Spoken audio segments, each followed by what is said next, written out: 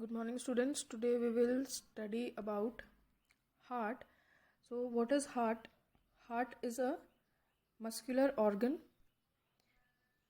The main function of heart is pumping blood.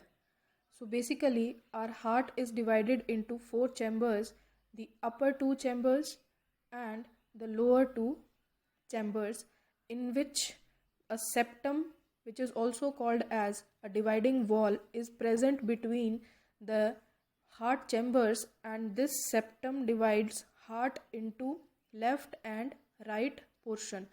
The left portion deals with oxygenated blood, and the right portion of our heart deals with deoxygenated blood, means the blood which carries carbon dioxide.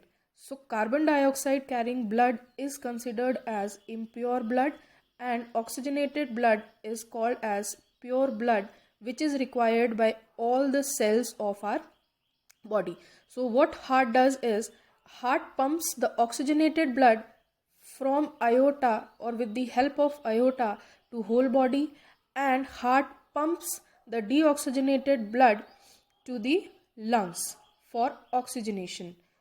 Now, the upper chambers are called as left atrium and right atrium respectively, and lower chambers are called as left atrium and ventricle, left ventricle and right ventricle. So, the oxygenated blood is carried to the heart with the help of pulmonary veins, and the deoxygenated blood is carried to the heart with the help of superior and inferior vena cava, as you can see in the diagram. Now, next point is, the heart is, where is the heart present in our body? The heart is present in between the lungs, slightly tilted towards the left lung. So the heart, if you close your left hand, if you close your left fist, the size of your closed left fist will be considered as the size of your heart. So this is the basic diagram or basic structure of a heart, and it is a muscular organ.